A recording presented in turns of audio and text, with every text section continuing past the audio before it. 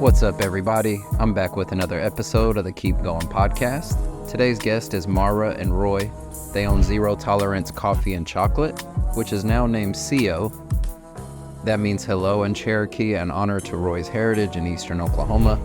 They have been a staple in the Britton community here in Oklahoma City for years now. And if you have been there before, you know how exceptional it is, from the handcrafted chocolate to the expertly roasted coffee. The list goes on and on. They buy real coffee beans and real cacao beans from real farmers for above free trade prices. They understand that farming and raw processing is an art and a calling, and they treat and pay their farmers accordingly. It's very important to them to keep that high level of standard, and they just care so much from the top down. In this episode, we discuss their journey, what prompted them to start the roastery and chocolate company, how it's been over the years, the fun, the love, the hardships, all of it. We get to learn a little bit about the masters behind this amazing establishment, and I'm so happy they sat down with me. If you get the chance, check them out. You won't be disappointed. I hope you all enjoy this episode. As always, keep going.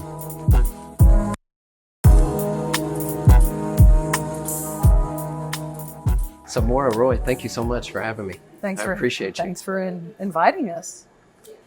I told you before we were recording, it was exciting for me because I've loved you all for so long. I haven't spent a lot of time with you, but since you all have been in this area for years now, it's always been a staple. So we appreciate you here. Yeah. It's good to be here. So I wanted to learn a little bit about Siyo, kind of where you all came from, and then what led to this coffee journey. All foolishness. All foolishness? All foolishness. Do you want me to start? You can start. All right, it's I'll all start. your fault. Then. So It's all your fault. I'm from northeastern Oklahoma, so I grew up in Owasso, but when we moved to Owasso, they didn't even have a McDonald's, so it was pretty not like it is today. So I grew up in Oklahoma, love Oklahoma, went to Oklahoma State for school, really got into coffee. Strange story that I won't tell that got me into coffee, but I really got into coffee more or less when I was in college in the early 90s. Moved to Dallas, lived in Wichita, Kansas. Then we lived in Tulsa for a while after we got married. When I lived in Wichita and moved down to Houston, kind of kept on our coffee journey, learning about coffee. And my job at Devon moved me up here to Oklahoma City. In the meantime, I joined the National Guard, went in the Army, got deployed to Afghanistan. While I was in Afghanistan, she was roasting coffee. I was roasting coffee before we left, and she was roasting coffee and sending it to me in Afghanistan. Oh, nice. It was bad. So I had my old hand grinder. Yeah, the first ones were not that great. Oh, it has to They were actually. good then, right? I think I sent you white coffee. Yeah, they were. I don't think it hit first crack. But it was good at the time, right? It was better than anything we could get. But It was full of yeah, so some of the guys, they were like, hey, you should sell this. When we get back, you should have your own. So when I came back, I was telling her, like, hey, we can. Oh, no. So we looked at opening up, just going out to a warehouse and doing some roasting and doing some online sales. That her friend that owns Hideout Art. Hideout Art, that's right. She was like, hey, there's this great place, this great road, da, da, da. And she says, hey, I found this great place. It's really cool. You should see it. It's kind of run down. So you just kind of got to keep an open mind. And I'm thinking, look okay. it up, and it's like, oh, there was a shooting. Yeah, there was a murder out in shooting. the street, It's like more dangerous here than it was in Afghanistan. So I'm like, okay, all right. So I looked at it and I was like, man, listen, I'll be all supportive, whatever. So we started out at 913, 3 doors down. Mm-hmm. So we started working on opening up there, which had not been a restaurant. We had no idea what that was going to take to do that. She started working on that, and things were going here, things were going there, and then a bunch of layoffs came. I got laid off at Devon 2 weeks before I opened. Yep. And so I left Devon. I went straight to the shop, and I was like, screw it, man, I'm doing this. So that's how I ended up doing this full time. Yeah. Not intending to have a shop, not intending to we just wanted to sell a little bit online, whatever. Yeah, just roast 2 doors down and sell it. I thought we'd be open, but I figured we'd do more out, online, out the back door sort of stuff, more than being a outright coffee shop. But we went through the trouble. My thought was, if I'm going to have coffee, we better have coffee and do it right. Yeah, I'm not like a commercial coffee guy. So when you first open, you have all the people coming in ordering. I'm not going to make a latte. I can taking a lot of time doing latte art and steaming the milk just right. And if it's bad, you throw it out. Man, as soon as you have a line of customers, it's like you can't. So it's different. It's definitely a different world. And like trying to dial in the recipes. And we had started doing chocolate by then too, because we started doing chocolate at home. That's where it started? Yeah. I love that trio thing with the apricot Isn't and that the good? plum. And, my gosh. So Yeah, the it's trio, simple. will you tell Simple the is story of the best. trio? Yeah, what's the trio story? Well, I mean, we found that particular recipe, or just the way it was put together, from a Ukrainian shop, chocolate maker that was from out in Somerset, New Jersey. Okay. So we had been getting it out in Tulsa, and I thought, this is my favorite thing ever. And then they stopped making it all of a sudden, and I hadn't been able to get it, and I always remembered how good it was. And it goes really well with our chocolate, having all the natural flavors. I think ours tastes better, but Oh, ours is way better than what they I had. would think but- so. I mean, literally, I was there one day, and it was when I was talking to you, and you were telling me, like, in Europe, you need to stand at the counter and talk with the barista. And we were having that talk. And that same day, I think you let me try the trio. And it's still my favorite thing. I got one the other day. Yeah. What was it like when you all opened then and you had that line of customers? Was it like panic mode, or you're happy because No, it's it was working? just, I don't know. I thrive under pressure. Yeah. I love. I think we love people. Yeah. To me, it's like a rush.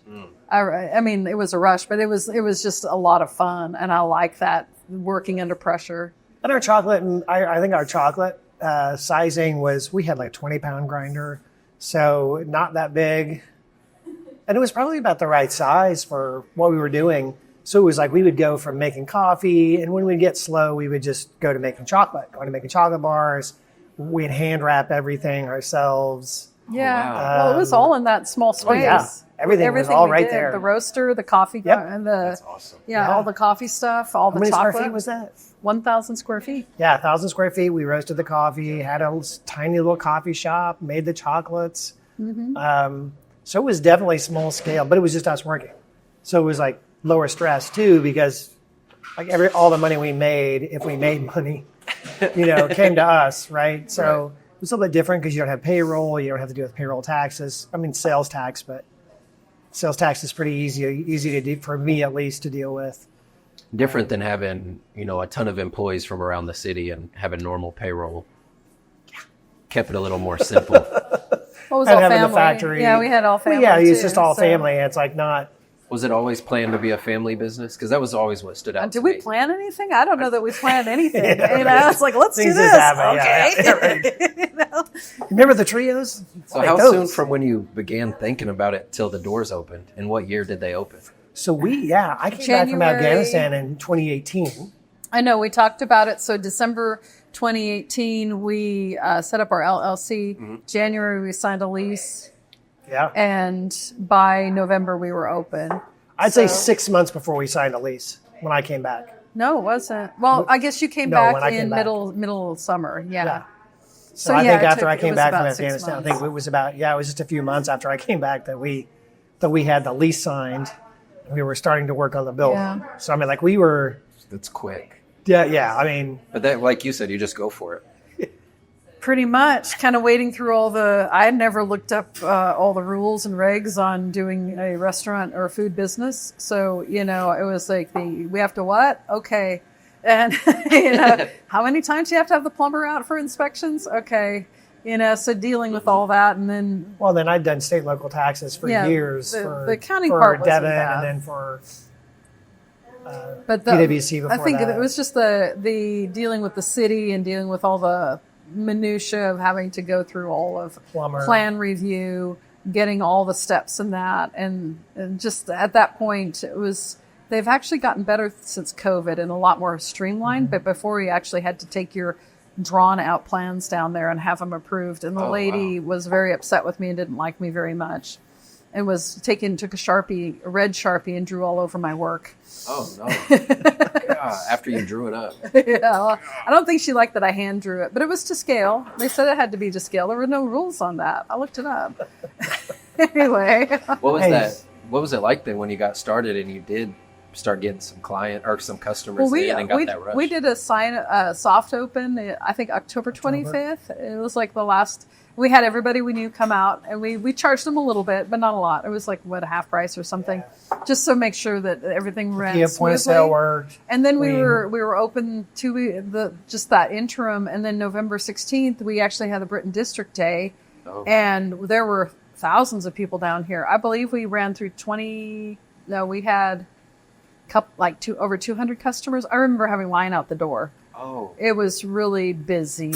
How was that since you just opened? It was because it was Britton District Day. There were I meant like, how was it for you? Stressful?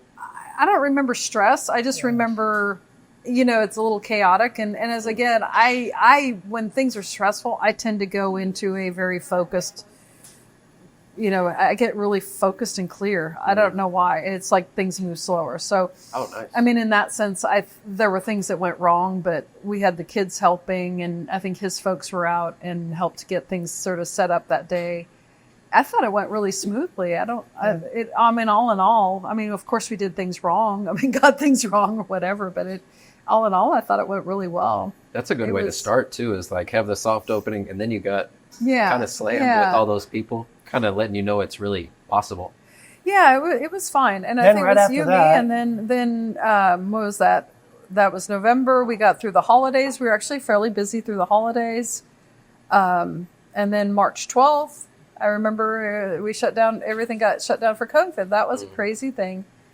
Well, and we didn't have to shut down, but we did have to remove all our chairs and do takeout only. Nobody was allowed to sit in the restaurant. So we stayed open. But there were some days we had 2 people come through.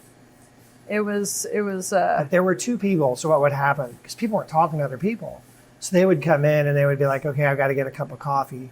They would come in and buy like just a cup of coffee. And then it would take them like 30 minutes to an hour to get from like take a step, talk for a while, take a step, talk for a while. Because people were just so desperate for human contact. Yeah. And there were a lot of people that just weren't getting it. So they would come out and just slowly make their way to the door until they left. That was a little surreal. Yeah. So like you would only have a few customers, but it's not like you had like all this time. And we tried to do some stuff. I think that did give us some time to really go through, when so we hit this time when we were busy. What do we need to do now to prepare for when this COVID thing ends? So we were able to kind of go back, make some changes to some things, work on some equipment issues with the chocolate. Yeah. Really experiment more with the chocolate, Yeah. I think, because the chocolate's really difficult to work with. We're not chocolatiers, we're chocolate makers. And that there's a big difference. What's the difference? So a chocolatier will, and a lot of times they buy just sort of... They buy like couverture chocolate. Right. So it has a high amount of cocoa butter. It's very fluid, and it always works in a certain way. Usually made by a large corporation, and they're not really focused on, is this a single origin chocolate that has these particular flavors in it? They view fruitiness in chocolate as a flaw. Whereas for us, it's like we're trying to bring out the unique flavors from chocolates from a particular region. And they'll usually use much lower quality chocolates, cocoa beans, to make their chocolate. But because it's all about the consistency and whether or not you can make things out of it. Whereas for us, it's about making good tasting chocolate. So we had worked really hard on making good tasting chocolate, but you find out very quickly that, that the market's pretty limited, even in big cities, for like a bar of single origin chocolate. It's just not where coffee is. I wish it were, but it's not. There's just not a lot of people that look at chocolate the way they look at coffee and say, oh, well, this is... we spend a lot of time educating people about cacao in general. And cacao it has more variety, I think, than coffee does. Yeah. And then trying to not just do the chocolate, but find things, because our chocolate is so intense, find things that pair with the chocolate, like that trio you said, is amazing. So those sort of flavors go with it. So what else goes with it? It's a little fruity. So some of the standard things that we usually tend to have with chocolate don't always taste the best with what we have. And I'd say during this COVID time, we tried a lot of things, and we tried a lot of things that didn't work. Yeah.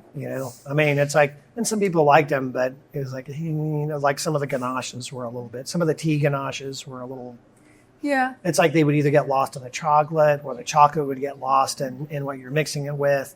And we're not going to do fillings. We're not going to do this. And I think some of it just took us time to figure out how can we sort of showcase the chocolate and still make chocolates so that people will, and people that don't necessarily want dark chocolate, that don't think that they want that chocolate, can still have that chocolate experience that's a little bit lower barrier to entry. What was the fascination with chocolate? Because I can see the passion when you all talk about it. Like, why so much fascination on good quality chocolate? Roy decided we needed something to go with coffee, and let's do chocolate, because chocolate is about 20 years behind coffee. So here we are. Yeah, there's a reason. Number one, there's a reason why nobody's doing it. It's really freaking hard. Two, it's really freaking expensive. The equipment's expensive. And it's got a much higher learning curve. I mean, I'm sorry. I know that I respect these super high quality coffee roasters, great coffee roasters in the world. Roasting coffee is not the same thing as, you've got the same issues with roasting cacao. Then you go from roasting, grinding and winnowing, which does make a difference in the quality of the chocolate. What's the winnowing? So there's a shell on the outside of a cocoa bean that you kind of want to break off and remove from the chocolate. Some people actually put it in there. It would make the chocolate a little more fibrous when you eat it. It doesn't bother me. I mean, I've had whatever, but Just makes it it a does little more change gritty. it does make it more Yeah. gritty. It changes the texture. So we winnow that off, then you grind it, and there's different ways to refine that. So there are ball refiners that take it from the cocoa nibs, and it keeps making smaller and smaller particles and slowly heats it so that it becomes a liquid, right? So it's like chocolate, like what you think of as chocolate. So you go from cocoa nib to chocolate. So that chocolate is a liquid form, and then you all are molding it into these creations? Well, so then you take it from It's a liquid refining when it's it. warm. Yeah, it's a liquid when it's solid warm. It's cold. solid when it's cool. It's just chocolate. So you refine it down from being a cocoa nib into a cocoa liquor, right? And then we usually add the sugar. So you want the sugar to be, and then we put it into a conch. And the conching process involves trying to get the cocoa solids that are naturally in cocoa beans and the sugars to be completely encapsulated by cocoa butter. That is what makes it nice and smooth, helps bring out the flavors a little bit better, makes it easier to temper the chocolate. Then you have to temper the chocolate. What's tempering? Tempering is whenever you arrange the crystalline structure of the cocoa butter itself so that when it's at the right temperature, it's nice and shiny, it's nice and crisp when you snap it. When you put it in your mouth, you leave it in your mouth for just long enough and it will melt it at body temperature. Wow. So if you temper it too warm, it has sort of like red streaks through it. Yeah. You'll see it looks kind of like marble and it's very soft. If you pick up a bar of chocolate that's been tempered too warm, it'll just kind of sag. And it'll 'Cause melt it's in your just- hand too. It immediately. will melt in your hand immediately.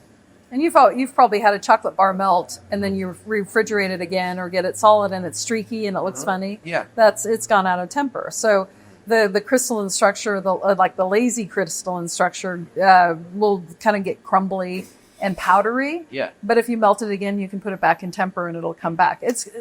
Chocolate's a really crazy thing. It's a really neat thing. Cocoa butter doesn't go rancid, like a lot of fats go rancid. So Wow. like olive oil will spoil after a time. Coconut oil will go spoil after a time. But I think they've had chocolate bars from, what was it, the Boer War? Yeah. And it's still edible because cacao butter does not spoil. It's like this, it's a miraculous plant. It's part of the refining process too. It's getting rid of all of the moisture. Yeah. That's Oh, part of all what the helps things that preserve could it. There's spoil. just no Yeah. moisture. So, Yeah. well, yeah, if you mix it with water, it will spoil. Absolutely 100%. So if you make a ganache, it will spoil. If you put it with the inside, the filling, it will eventually spoil because the filling's got moisture in it. So as long as you keep it like a bar of chocolate. Yeah, And bar then of of course chocolate lasts years. if you temper it a little bit cooler, right, it'll last a little bit longer as well. Yeah, they did things like for soldiers where they would actually temper the bars to a harder temper. We do like type 5 crystals. There's a type 6 crystal that's harder and it's more waxy and it'll actually not melt so very easily. Oh, because So- they're traveling with it. Yeah. So there's different things people have done over the years that kind of keep chocolate, or it's That kind of makes it taste a little chalky. It takes a little Yeah. longer to melt. Yeah, I know what you're talking about. Now Yeah. I know, like, from other ones I've tasted, what they did wrong. Like, oh, yeah, no, that wrong, wasn't right? it. That's or however they like it, or and some they add extra cocoa butter, as I said. A lot of a commodity chocolate you'll find, even they always say it's like a 90% bar or something. They actually take cocoa powder out and they add more cocoa butter in, so that it's not so intense, but it makes it easier to handle. And they're still able to call it 90% because it's replaced with another part of the cocoa bean. Oh, okay. So even though it's not the natural ratio of cocoa solids to cocoa butter, it's still 100% cocoa. It's still 95% or 85%. Yeah, by whatever. the rules. By the rules, right? Yeah. So it won't be as intense a flavor because there's not as much cocoa solids for you to get that flavor from. That makes sense. So what things, like, since you all have gotten so deep into the chocolate making, like, what are some things people should know about chocolate that they won't if they're just a normal candy bar consumer? It's a fruit. It's Okay. the seeds of a fruit, and the seeds are very bitter. They come in like a cocoa pod. It looks. What would you say it looks like? You're asking me? It looks Yeah, like I a don't know. colorful football. Yeah, it just looks like a colorful football. And the seeds are very kind of fleshy and white when they're in the pod. And the fruit inside the pod tastes kind of like, he says sweet tarts. I think it tastes kind of like mango and pineapple. It's very tart. But the seeds themselves are kind of gummy and very bitter. So you could eat just those Oh, if you yeah, wanted to? yeah, you can. There's a lot of caffeine in those. Oh, Yeah. So Yeah. and then the caffeine in chocolate is different than coffee, and it's different than tea.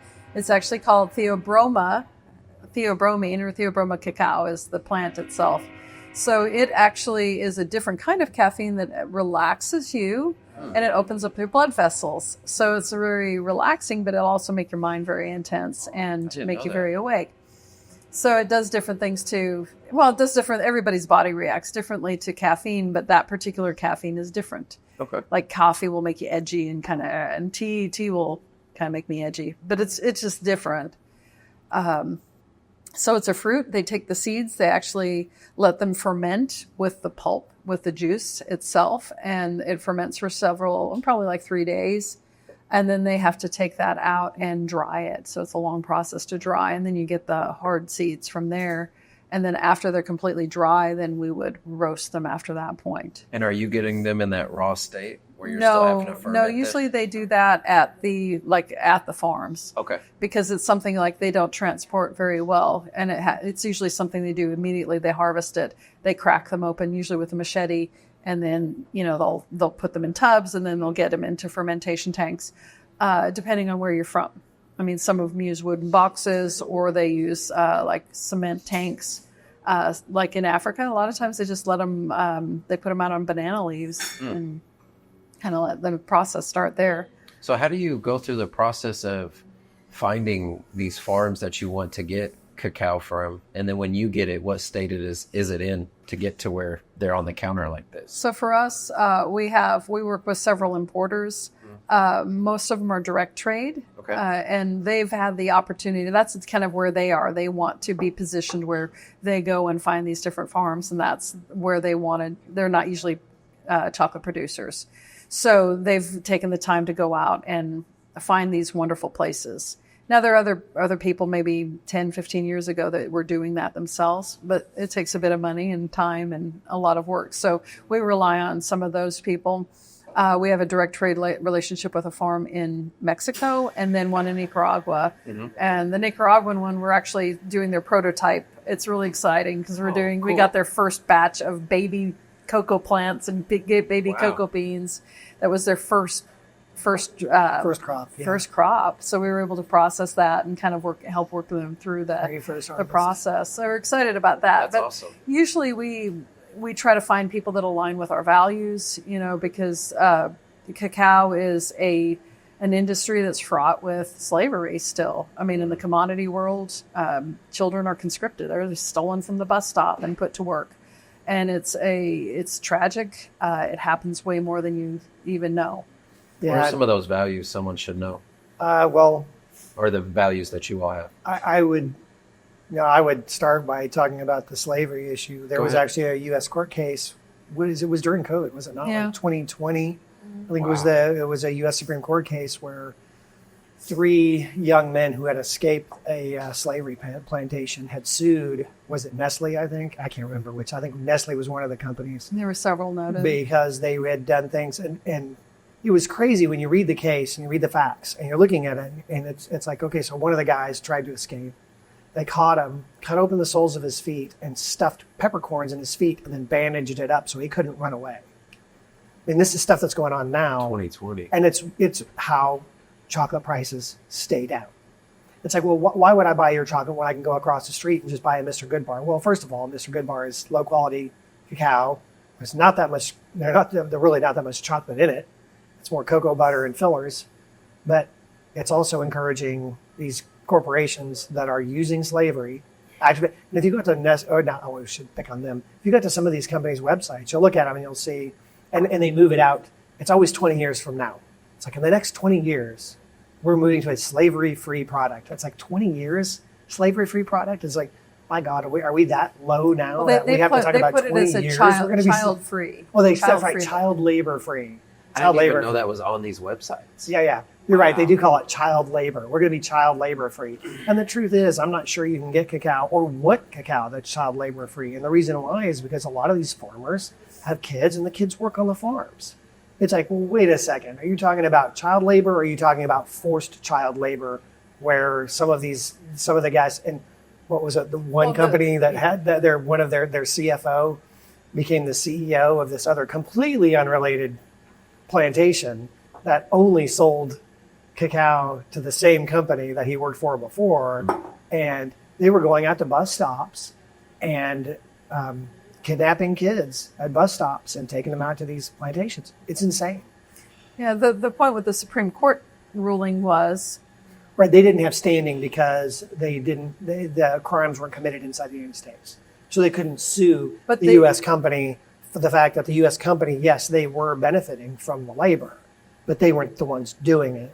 So, but they didn't deny oh no. any of the allegations. No, they were like, oh, yeah, this is going on, but you can't sue us.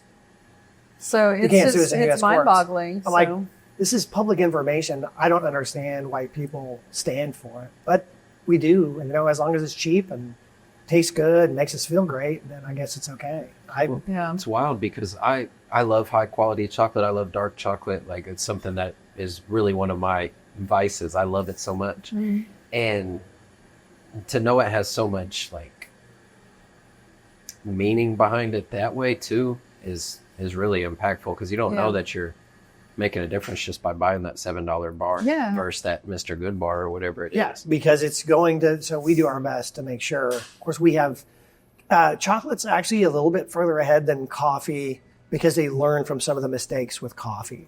So with coffee, you'll have things like fair trade. Well, fair trade is actually a Corporation. It's a company. They have to buy, so the farmer actually has to pay to say that their coffee is fair trade, which is kind of Just ridiculous. like a lot It's of the organic certifications, whether Right. you do UTS or you do some of the other ones, you actually have to pay money. The farmers pay money to get the it's like the certification. farmers are the ones that are losing this whole time. Yeah. They're the ones losing out. So a lot of this with cacao has been about transparent trade, where this was the price that the farmer got paid at the gate.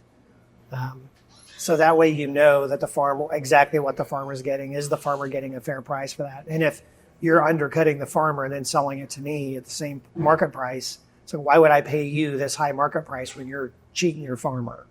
So that's why you all try to go with those direct trade Yeah, people. yeah. And the one from Nicaragua we buy coffee from as well, and they work that way. We know what they're being paid and whatnot.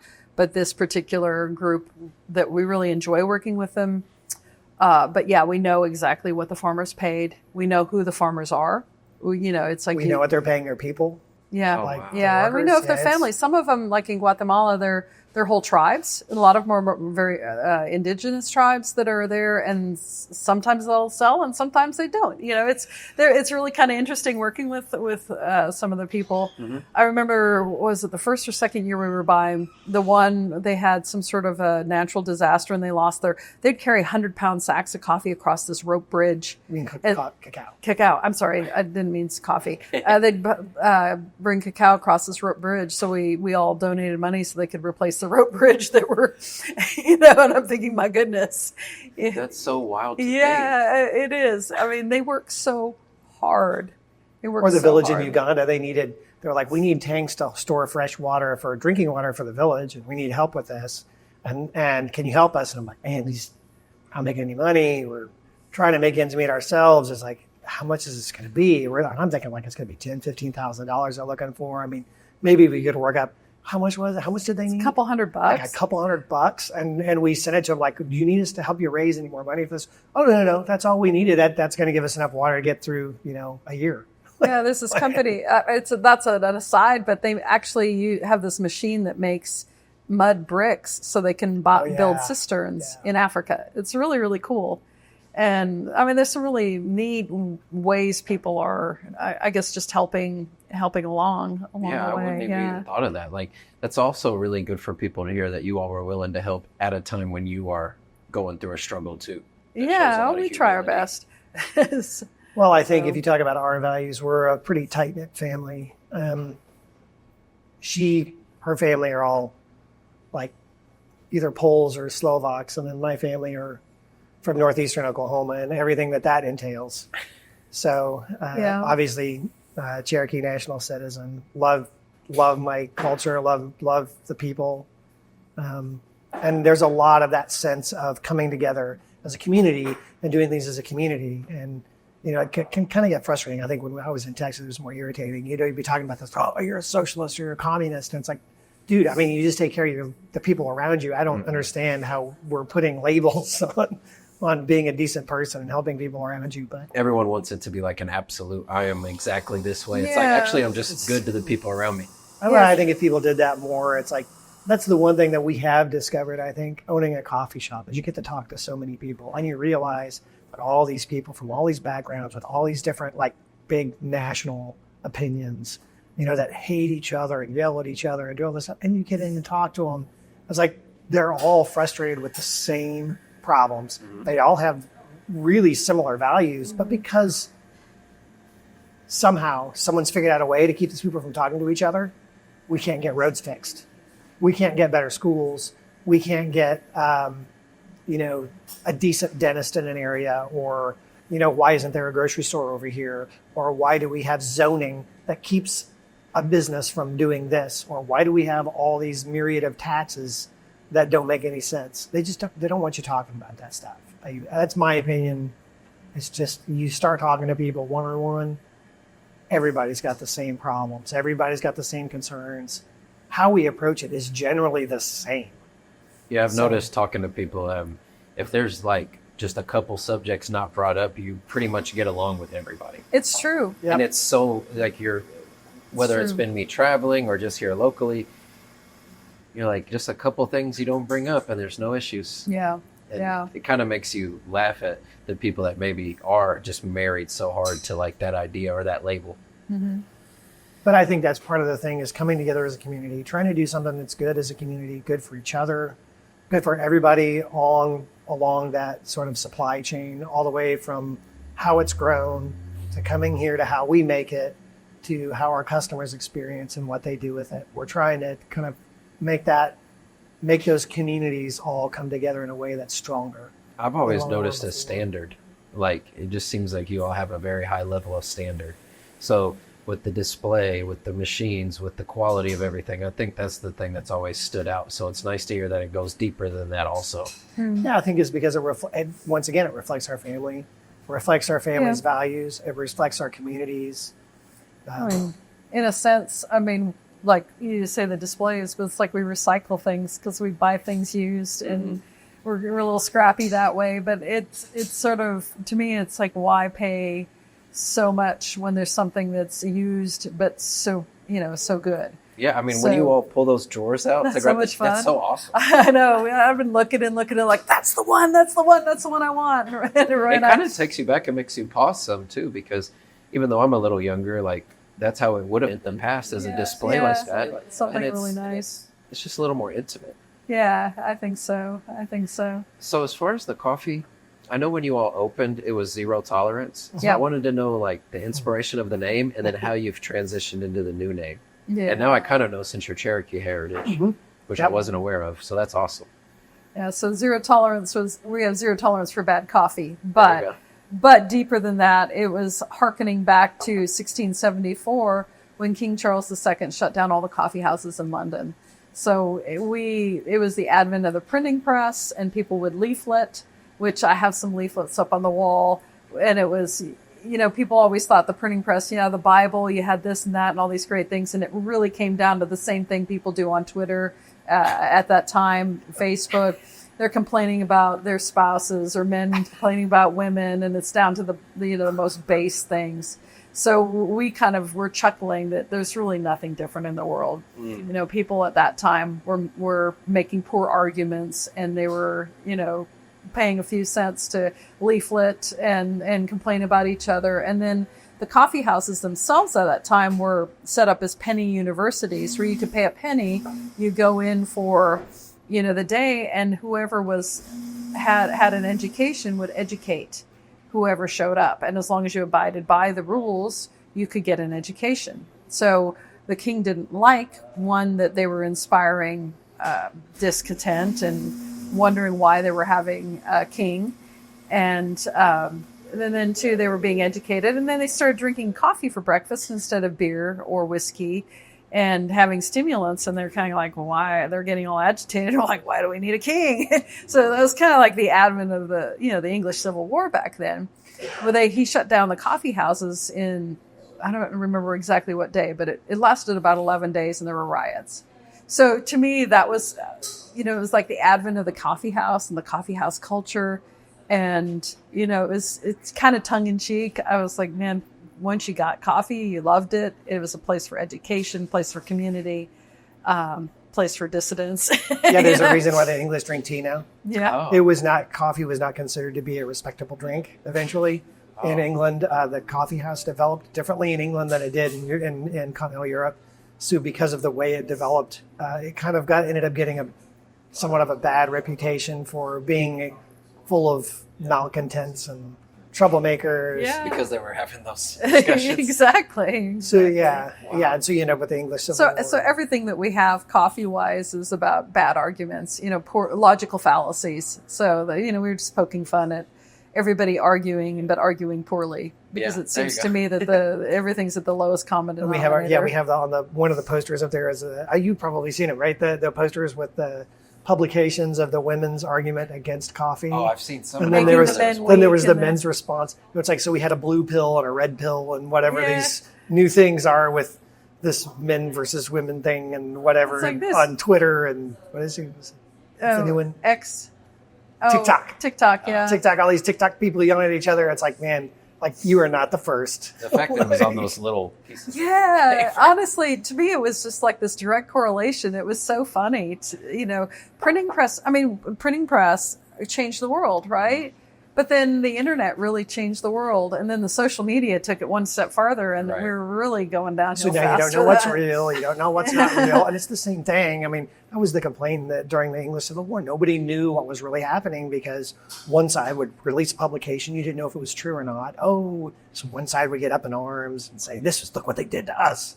And then the other side would print something else that was completely fake, but they would get, oh, look what they did to us. And then they would go, So crazy. yeah, it's great. Great reason for people to kill each other. I had talked to this gentleman. He was one of the marketing people for Coca-Cola. And I got on the phone because I was talking to somebody else. It was a long convoluted story. So he's like a really upper level marketing guy. He's like, zero tolerance just isn't a good name for selling chocolate and selling coffee. I always thought it was cool and it stood out, especially right here when there's no other coffee shop Honestly, around. well, and I said it's like it kept certain people out that always were suspicious about what we had zero tolerance for.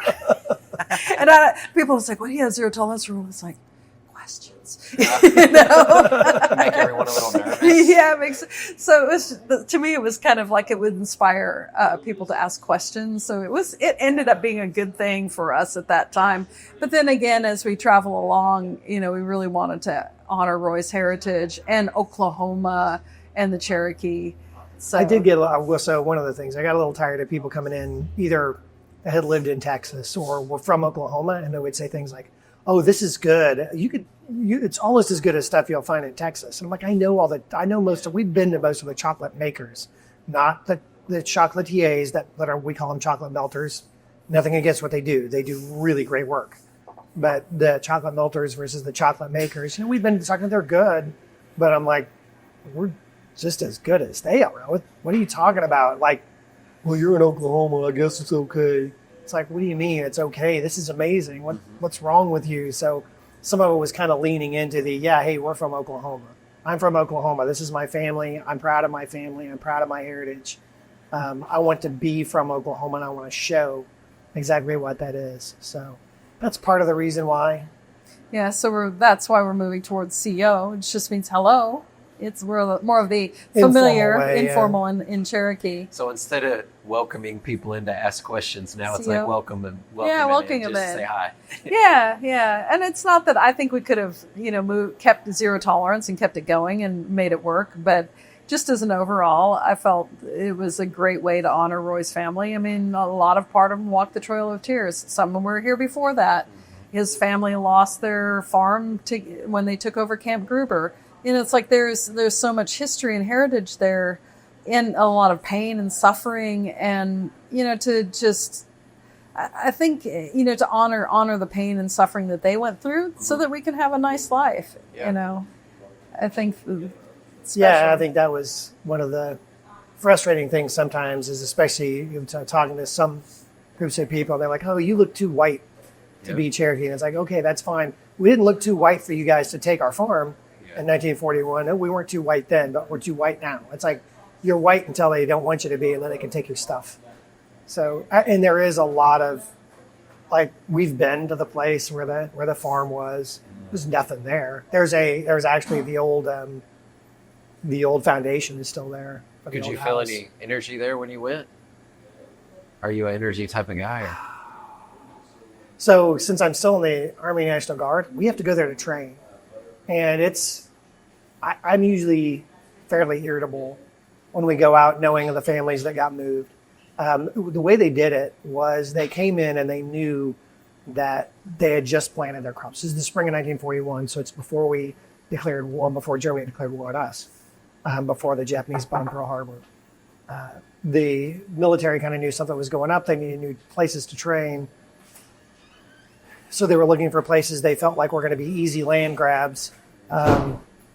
So in the spring of 1941, after they had already taken out loans from the bank to buy seed, they planted the crops, they had barely sprung up, and the Army came in, or the U.S. government came in and said, "We're taking it and we're going to pay you a fair price for your land." Well, it just so happened that the fair price they were paying for the land was what they owed the banks for the seed, because they would borrow from the banks to buy seed, plant the seed, we would harvest the crop, and the difference between what they owed the bank was what they had to live on for the next year. Well, now they had nothing. There was no crop.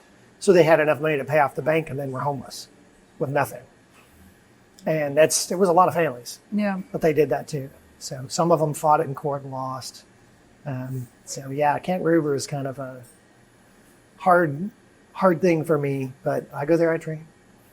Well, I'm proud of you all for making that transition, because that makes it even more meaningful. Yeah. I saw the name. I heard you all talking. I saw it when I was voting for the number one. I know. And just to know the meaning, it's powerful. And I would say that's not uncommon for the families in northeastern Oklahoma. It's a pretty good mix of Choctaw and Cherokee, Muskogee Creek, like all of the tribes up in eastern Oklahoma, which is kind of what I grew up with. So I didn't really know, I wasn't involved that much with any of the other tribes until we moved to Oklahoma City, and now I've got a lot of friends that are Apache and Comanche and yeah, I'm Comanche. Lakota. My wife's Apache. Okay. Well, trouble at home. Yeah, actually not. I'm sure not. It's funny. We actually have a picture on our bookshelf of Quanah Parker, who I'm a descendant of, and then Geronimo on their horse. Oh, yeah. So And it's I'm- kind of really funny cool. when we see So it. have you Oh, been to that's- Fort Sill? Yeah. So I saw the cell that he was kept in and where he was walking, and you see the dip in the floor. Yeah. That's crazy. Yeah. My grandpa showed me that. My Comanche grandpa. I'm Comanche and Caddo. But yeah, I remember he was like, look at that. And you just see that indentation. I mean, you just imagine. It's walking and walking. Yeah, it's crazy. Especially because I guess when you grow up in Oklahoma, especially if you are a native, it doesn't seem normal, but you feel like you're pretty aware of what's going on. But then you start researching it like you're talking about, and you're like, Yeah. oh my goodness. Yeah. Then it gets real dark. You're like, go to the everyone in the place. nation to hear, Yeah. and yeah. then you go to these places. It's Yeah. When you go there and you feel it, it's different. seeing that cell was heavy. I'm like, this is some military base that's all nice and everything, and there's just this, and you can literally see the proof. Well, I will say that we would always run to Geronimo's grave when I trained out at Fort Sill. And I think that some people, if you want to learn the history, it's kind of hard not to at Fort Sill. You've got to be pretty active at night for field artillery. My grandfather was field artillery. I'm field artillery. You go out there and it's like you learn a lot more about that place if you just pay attention. Like the names of the roads, Yeah. the names of the towers. It's the history there for Oklahoma, which is one of the reasons why I wanted to make this about Oklahoma. I've lived in Texas. Texas is fine. It's a fine place. I've lived in Michigan. Michigan's a fine place. My parents grew up in Oregon. It's a fine place too. But it's not Oklahoma. There's no place in the world like Oklahoma. And the reason why is because of all of the different groups that were forced. It's like the whole country moved in from West Coast, East Coast, North, and then the South Coast from Canada. And they just kind of squeezed in and pushed all of the tribes in until you end up in the middle. You end up in Oklahoma. And because of that, surprisingly enough, it seems like the tribes over time have really come together and really kind of formed this, like with the fancy dances, seeing the fancy dances and like some of the Eastern tribes, none of these are any of their traditions whatsoever. But they're doing fancy dances. It's like, well, that's not traditional, whatever. It's like, yeah, but it's Oklahoma. I mean, fancy dancing wasn't really traditional anywhere. And that grew out of Oklahoma and the people not having anything else to do. That's a great outlet. Yeah. I love to watch fancy dancing. It's great. It's a lot of fun. Yeah. Oh, any type of powwow dancing is amazing. Yeah. But yeah, the fancy dance is cool because just all the regalia, because they can just kind of get creative at that point. Well, then you see at the powwow. What are usually the first group of people that come into a powwow? The elders? It's the older, and it's usually the older vets. Yep, and they have the They'll come in guns with the and MIA, POW, and the American flag. And you stop and you think about that. It's like that. The weight. When you talk about the weight, it's like every time you see that, you think, "Hey, this was the country that kind of put them here." You'd think they would be bitter. They're the ones going in the military at a higher rate than any other group in the United States. And that's just because it's a warrior culture. I'm like, where do you think that culture comes from? I mean, I don't know. It makes me proud. It makes me proud of being from Oklahoma. It makes me proud of all of the other people that are from the tribes in Oklahoma, the people that came here and the land runs that we've kind of formed this community that I wish that people would stop saying, well, it is from Oklahoma. And it's like, dude, that should be a sign of pride and greatness, not something that says, well, it's mediocre, because it's not. We are far from being mediocre. Yeah. We are survivors. It was a joke, which I can't put on a t-shirt. I guess maybe I can put on a t-shirt eventually. I wanted to make it a part of our marketing campaign, but I think our marketing people that we're talking to were kind of like, that's a little harsh. So that was Oklahoma, where the strong survive, the weak go to Texas. Yeah, well, it'd be good for like this weekend, isn't it? OU Texas. Yeah, Texas. We might have to pull that one out every now and then. Once a year, it can really boom on Just some do it. chocolate. Exactly. So, since I've traveled some, I started to realize the special things about Oklahoma. So, I'd like to get a perspective from both of you all. Since you all are well traveled, what makes Oklahoma special to you? You can go The first. sunrises and sunsets. I mean, even just down on Britton Road here, like there's certain times of the year that they are the most spectacular things I've ever seen. I grew up in Montana, Oh, And we have wow. beautiful, I mean, you got the mountains and they're all pastel, like purple and pink, Yeah. beautiful sunrises. There is nothing as extravagant as an Oklahoma sunrise, and then the sunsets, I mean, they look like fire and they look like, I don't know, the colors are extraordinary. That's what everybody says. Yeah, they really are. And then just, I think the varying, you go on the eastern side of the state and the foliage looks, it's interesting that all the eastern bands of natives were moved out there, but it looks so similar to Pennsylvania, where my parents' family grew up. And then you have, the plains of the grass, and it's gorgeous. And then, down in Lawton with all the mountains. And it's just, to me, sometimes we'll take a back road home from Lawton because we go down there fairly often. And there's these little spots where if you didn't take the back road, you would never know how cool some of these places were. One that caught me off guard was when you turn north in the wildlife refuge and go by that Mears restaurant. Oh, yeah. You drive by that Saddleback Mountain. Yeah. And it just, honestly, it feels like you're in a different world for a second when you're coming around that corner. Yeah. Or if you come around from the north to the south and you come around the lake that way to come into the refuge, it looks like a place in New Mexico. You just don't even realize that it's just right here. Yeah. I think it's really extraordinary. New Mexico are spirit neighbors. Yeah. Oh, yeah. It's like, to me, like people think Oklahoma's like Texas. I think some people in Oklahoma want us to be like Texas. I think Oklahoma naturally is more like New Mexico Yeah. than any others, even the eastern part of the state. Although it's more Appalachian on the eastern side where my family's from. So Yeah. yeah, I know you kind love of the mentioned people, it with so. culture and everything, but did you have anything else about Oklahoma that made it special to you? I can tell that your culture, your pride, and Yeah, I can't. Yeah, I mean, to me, Oklahoma is that's once again family, community, that sense of togetherness, of being united and working together to live and to live together. And I think if we all kind of looked at it that way and stopped looking outside, my biggest frustration was when politicians, especially, they're like, oh, we can get this chain because that's what they have in Denver, or we can get this is what they have in Dallas. And it's like, man, why would you want to be Dallas or Denver or LA? Like, why do you want to be those things? Yeah. Like, be Oklahoma. yeah, that's true. Oklahoma's awesome. Yeah, 100%. How long have you all been in business now then? Since 2018? 6 years.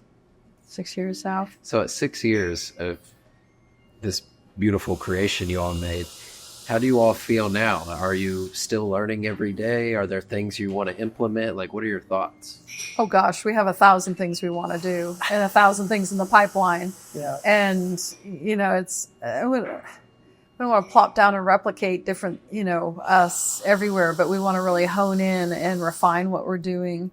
Some of what we do so much is we take the people that maybe were castaways by a lot of other businesses. And it's not a put down in any way for these people, but it's like we've taken the ones that were overlooked, and we've brought them up and really trained them to do, train them their skills and train them to do things. And I think that that's a real benefit. It helps grow our family as a business. So, I mean, yes, we're always learning, always refining, always looking for improvement. Always working on some new idea. Yeah, always. And you're right. You're like not replicating. It's like the last thing I'd want to do is try to take this business and plop it into some other location. It's not right. This is a Britton Road, Oklahoma City. I'm from northeastern Oklahoma, even though I might not sound like it. I'm from northeastern Oklahoma, and this is kind of not that, but it's definitely a product of this place, Old Britain, Old Town Britain, and it should be that. We want it to be that. I would rather spend time developing things for here. We're working on doing kombucha, so we can brew our own kombucha and do it here. We're going to do Italian sodas. We're working on that for the Christmas time, so that's coming up pretty quick. The attention to detail is the coolest thing, because you know that everything's going to be like at a specialty level. Like even this chai I had today, phenomenal. We make that. That's an Afghan style chai that we learned how to make. He had it in Afghanistan. And it's just different. For me, especially, I don't like to do things that I don't want to follow. I mean, yeah, we're doing coffee, but I don't want to do the same chai out of a box that every other coffee shop does. Yeah. Or pop open a bottle of syrup that everybody else is using. So everything we do, it's like the milk is a local dairy, small family farm. Love that. And it's wonderful.